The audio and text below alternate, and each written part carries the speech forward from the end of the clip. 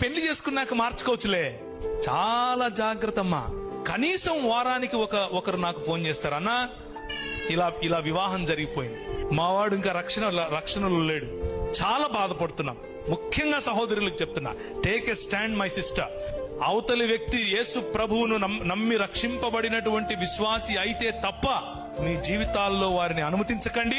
మీ పెద్దల ప్రెషర్ అయినా సరే, మీ కులం యొక్క ప్రెషర్ అయినా సరే వారితో మాట్లాడండి, కానీ ఇలాంటి దేవుని వాక్య విరోధమైనటువంటి వాటిని మీ జీవితంలో అనుమతించకండి. Same thing with young boys, యవనులు. చాలా సార్లు ఈ ఉదాహరణ చెప్తూ ఉంటాను. మిద్దెకి ఒక ఆయన తాడేసాడంట కిందోడికి. ఒరే పట్టుకొని ఎక్కరా అంటున్నాడు. ఎక్కేవాడు గుంజితే పైనోడు పడతాడా, లేకపోతే కిందున్నోడు పైనున్నోడు గుంజితే కిందోడు పైకి వస్తాడా? ఆత్మీయతలో కూడా అంతే. నీ స్థాయి ఏంటి? ఇశ్రాయేలు, నీ భాగ్యం ఎంత గొప్పది, యెహోవా రక్షించిన నీ జీవితం ఎంత గొప్పది. అలాంటిది తీసుకుపోయి నువ్వు ఎవరికి అట్టు పెడుతున్నావు? రాజైనా ఆహాబుతో బియ్యం అందుతావా? యువర్ బిజినెస్ పార్ట్నర్షిప్ ఎవరితో ఉంది? మీరు ఎవరితో బియ్యం అందుతున్నారు? మీ ఇచ్చిపుచ్చుకోవడాలు ఎవరితో ఉన్నాయి?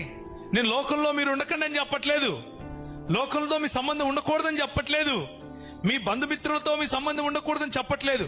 కానీ మీ కుటుంబాలను నియంత్రించేంతగా వారిని లోపలికి రానివద్దు. మీ కుటుంబాన్ని, మీ ఫెయిత్ ను నియంత్రించేంతగా వారి ఇన్ఫ్లుయెన్స్, వారి యొక్క ప్రభావం, అది కులమైనా సరే, అది మతమైనా సరే, అది ప్రాంతమైనా సరే, భాష అయినా సరే, ఏదైనా సరే, బంధువర్గమైనా సరే, let nothing control your faith in the lord Jesus Christ.